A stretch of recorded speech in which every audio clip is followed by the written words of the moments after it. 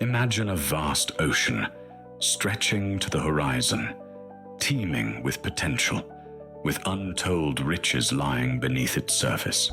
For 97% of those who set sail on this ocean of life, they remain tethered to the shore, their anchors of doubt and fear firmly lodged in the seabed of mediocrity. They watch the distant sails of the few, the 3%, as they navigate the currents with purpose, returning with holds overflowing with the treasures they dared to seek. What unseen force, what fundamental divergence in thought and action separates these two groups? Why do the vast majority merely dream of abundance, while a select few consistently manifest it in their reality? This isn't about luck, nor is it about some mystical inheritance bestowed upon a chosen few. It's about a profound and often invisible chasm in the landscape of their minds, a difference in the very architecture of their belief systems. For the 97%, the world often appears as a place of scarcity, a pie with limited slices where their portion is perpetually small. They see obstacles as insurmountable walls, setbacks as definitive failures, and the success of others as a confirmation of their own limitations. Their internal dialogue is a constant chorus of what-ifs laced with the venom of self-doubt. What if I fail? What if I'm not good enough? What if the market crashes? What if I lose everything? This mental cage, built brick by brick with fear and negative assumptions, becomes their self-imposed prison, preventing them from even setting out on the voyage of their potential. They wait for opportunity to knock, oblivious to the fact that opportunity rarely announces itself. It whispers on the winds of courage and reveals itself to those who are already underway. Contrast this with the mindset of the 3%. They see the same ocean, but they perceive it as an arena of infinite possibility. Obstacles are merely navigational challenges, requiring ingenuity and perseverance to overcome. Setbacks are not endings, but crucial feedback loops, guiding them towards more effective strategies. And the success of others? It serves not as a source of envy, but as a beacon of what is possible, a testament to the power of focused effort and unwavering belief. Their internal monologue is a symphony of affirmation. I can figure this out. I am capable. Every challenge is an opportunity to learn and grow. My potential is limitless. This mental fortitude acts as their unfailing compass, guiding them through storms and towards their desired destination. This divergence begins with a fundamental difference in how they define their own worth and their place in the universe.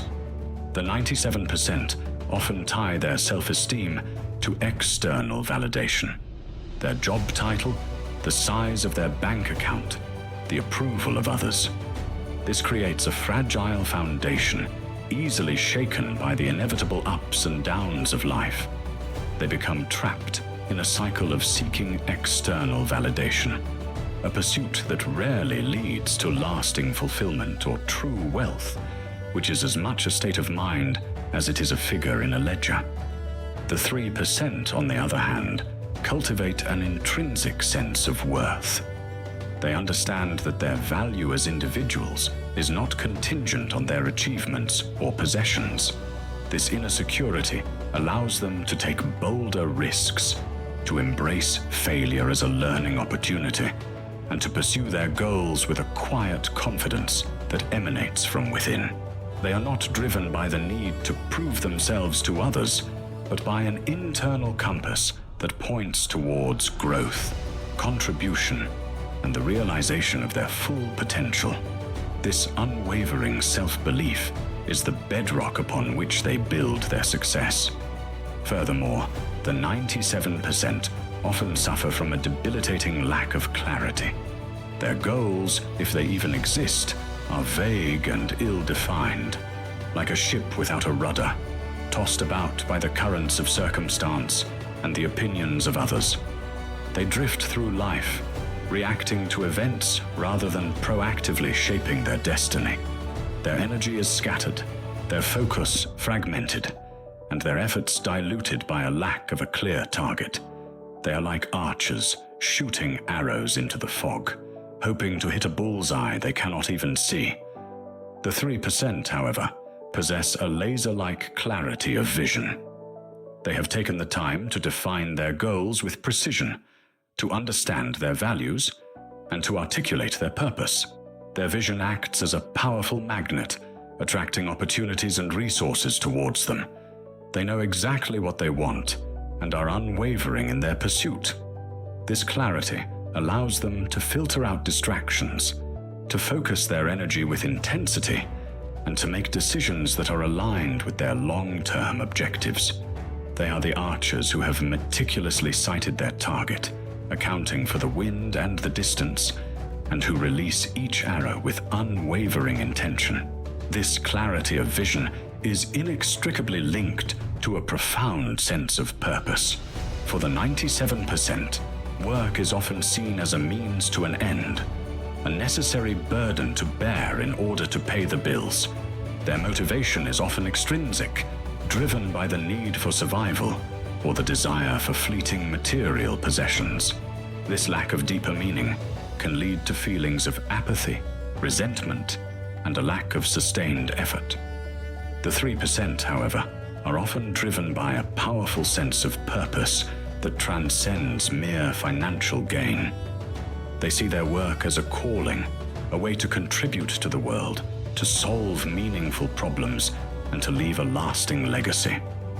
This intrinsic motivation fuels their passion, their resilience, and their unwavering commitment to excellence.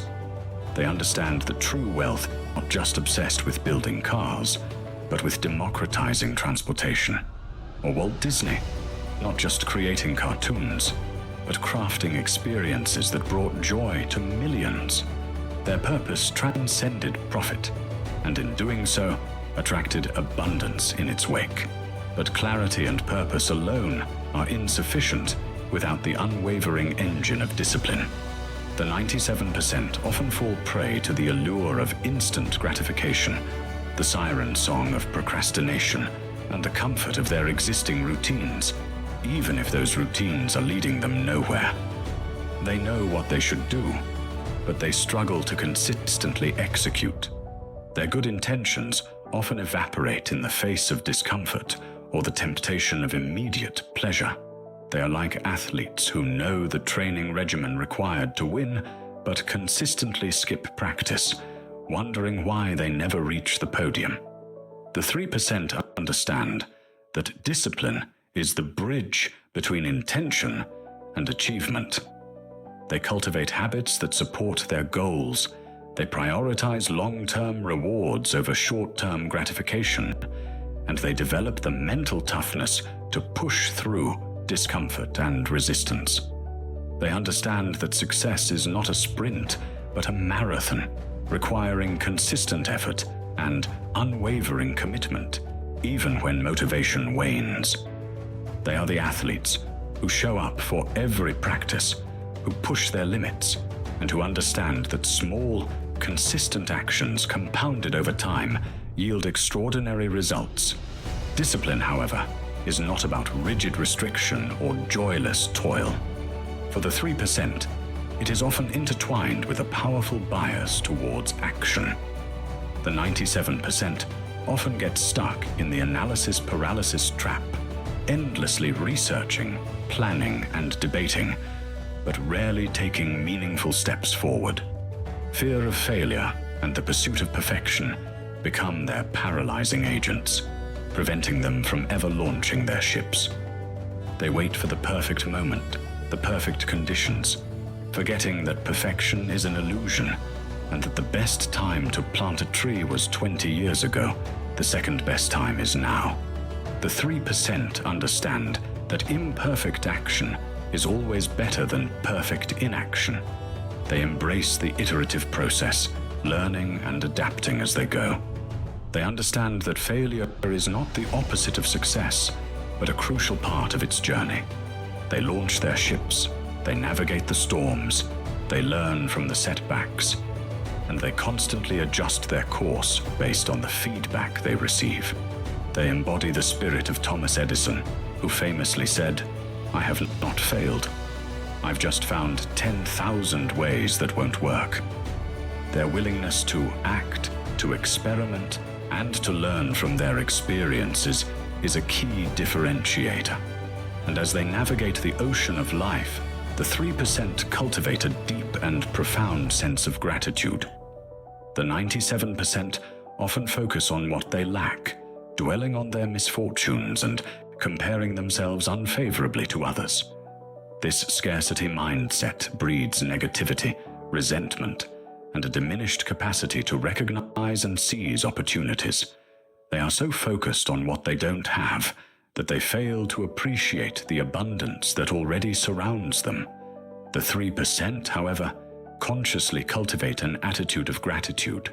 They appreciate the good in their lives, both big and small. They understand that gratitude shifts their focus from lack to abundance, opening them up to new possibilities and attracting more positive experiences. This doesn't mean they are complacent or don't strive for more, but they approach their ambitions from a place of appreciation, which fuels their motivation and resilience. They understand, as Carnegie wisely noted, that success is not about how much money you accumulate, but about the impact you have on the world and the gratitude you cultivate along the way. The ocean of life is rarely calm. Unexpected storms arise, unforeseen challenges emerge, and the currents can shift without warning. This is where the crucial quality of adaptability comes into play. The 97% often become rigid in their thinking and their approach, clinging to familiar strategies even when they are no longer effective. They resist change, fear the unknown, and are easily thrown off course by unexpected turbulence. They are like inflexible reeds that snap in the wind. The 3%, however, embrace adaptability as a fundamental principle.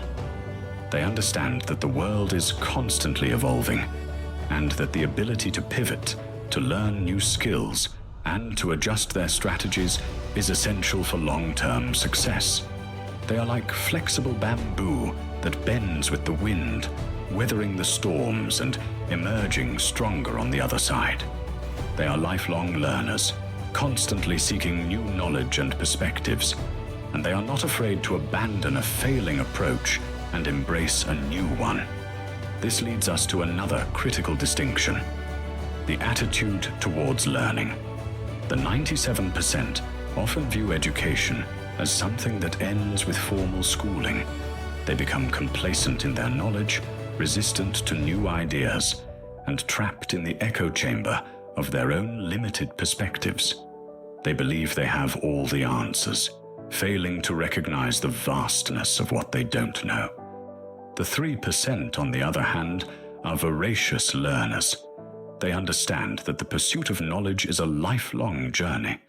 They read widely, they seek out mentors, they attend seminars, and they are constantly experimenting and refining their understanding of the world. They recognize that their current knowledge is merely a stepping stone to greater understanding, and that continuous learning is essential for staying ahead in a rapidly changing world. They embody the spirit of Lincoln, who, despite his limited formal education, was a relentless self-educator, constantly seeking knowledge and wisdom. Finally, and perhaps most importantly, the 3% possess an unwavering resilience. They understand that setbacks are inevitable, that failure is a part of the process, and that the path to success is rarely linear. The 97% often become discouraged by the first sign of adversity, allowing fear and doubt to derail their efforts. They interpret setbacks as confirmation of their inadequacy and are quick to give up. The 3%, however, view setbacks as temporary detours, as valuable learning experiences that bring them closer to their ultimate goals. They possess a deep reservoir of mental toughness, an unwavering belief in their ability to overcome challenges, and an indomitable spirit that refuses to be defeated. They understand that the difference between those who succeed and those who don't is often not a matter of talent or luck, but of sheer perseverance. They embody the spirit of Winston Churchill, who famously declared, "Never give in, never give in, never, never, never, never, in nothing, great or small, large or petty, never give in, except to convictions of honor and good sense." So, what is the key takeaway? It's not about some secret formula or a hidden advantage. It's about cultivating a different way of thinking, a different set of beliefs, and a different approach to life. It's about shifting from a mindset of scarcity to one of abundance, from fear to courage, from passivity to action, from entitlement to gratitude, from rigidity to adaptability, from complacency to lifelong learning, and from fragility to unwavering resilience. The ocean of life offers its riches to all who dare to navigate its depths with purpose and conviction. The anchors that hold the 97% to the shore are not forged of iron chains, but of limiting beliefs and self-doubt. The sails that propel the 3% forward are powered by clarity of vision, fueled by unwavering discipline, and guided by an unshakable belief in their own potential. The choice, ultimately, is yours. Will you remain tethered to the familiar shores of mediocrity, watching others claim their treasures? Or will you cast off the anchors of doubt, chart your course with clarity, and navigate the currents of life with courage and resilience? The ocean awaits. The potential is limitless. The only thing holding you back is the landscape of your own mind. Change that landscape, and you change your destiny. The 3% have shown you the way. Now, it's time to set sail.